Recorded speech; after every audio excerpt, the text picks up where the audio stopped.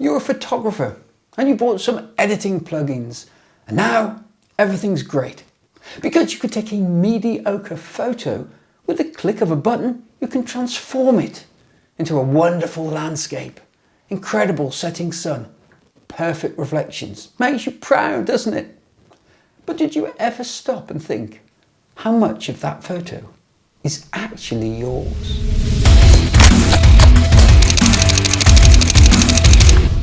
Hey, if you're new to the channel, welcome. We love to talk photography here. Hit the subscribe button if you'd like to be part of that photography debate.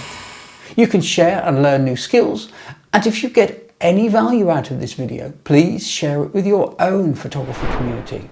I'm really intrigued to know how people view this subject, and that subject is plugins.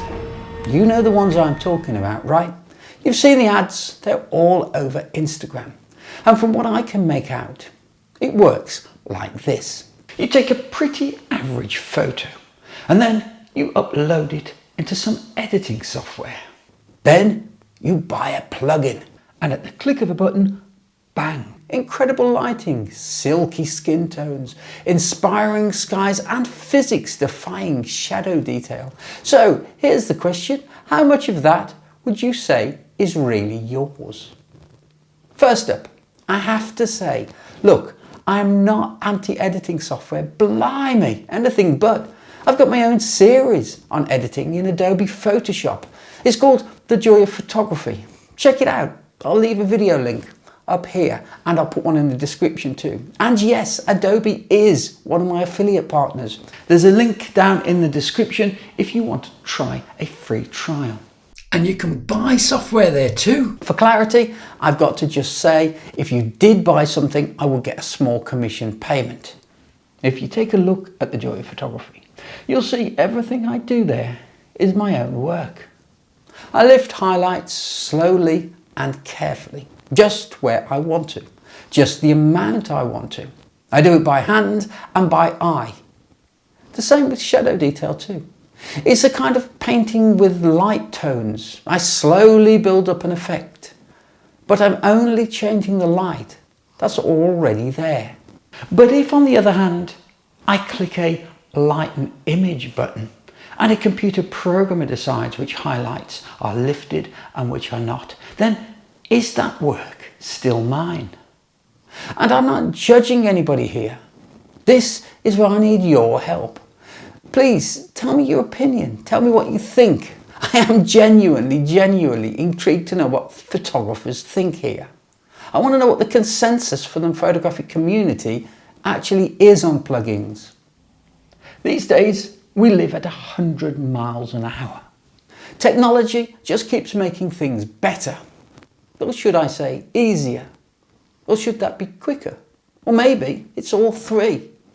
I have to admit I'm grappling with this question myself. My natural instinct is to say, of course the work isn't yours. If a software programmer's plugin did it and you had limited control on the effect. But am I saying that because I already know how to edit? And we have to weigh this up. You see, on the one hand, you have limited control, maybe creating something that was never there in the first place. But on the other hand, what about the inspiration that creating great dramatic images gives to newer, less experienced photographers? It's a balancing act. I mean, if giving them enthusiasm, if it makes them feel empowered to go out and shoot even more and eventually learn how to edit themselves, isn't that a good thing? Maybe software is no different to the technology we have on cameras. HDR, for example.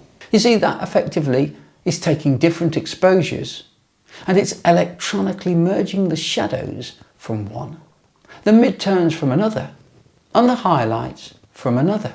And it gives you the perfect exposure without you having to do anything in terms of working out the light for yourself. So is that any different? What about a flash gun on TTL, which is working out how much ambient light is in the room, how much flash to put on the subject and how to balance them out for you without you having to do any analysis or calculation? Is that the same thing too? Oh, And if you are struggling to get off TTL on your flash gun, by the way, I've got a great video on that. I'll put a link up here and one in the description too. Look, I can see both sides of the argument here.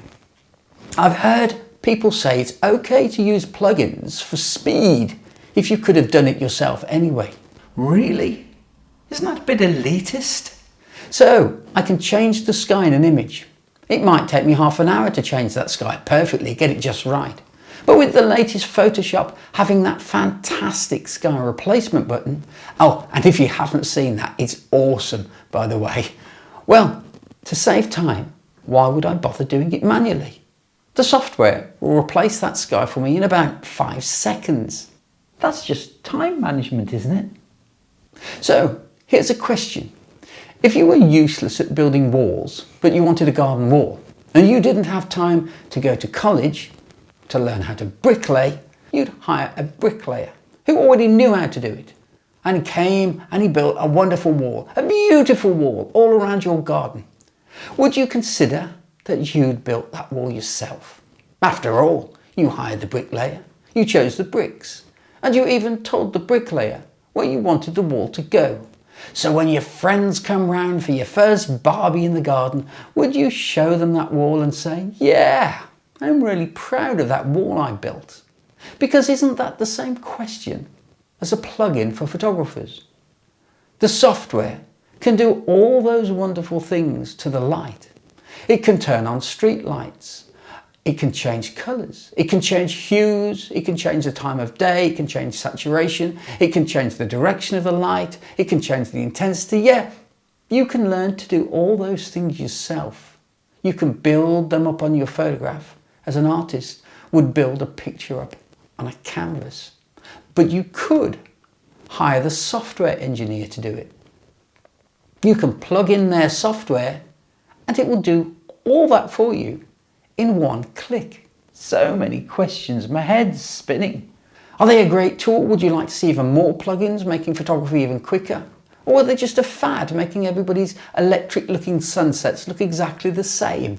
Will people eventually fall out of love and gravitate towards more realism in landscapes?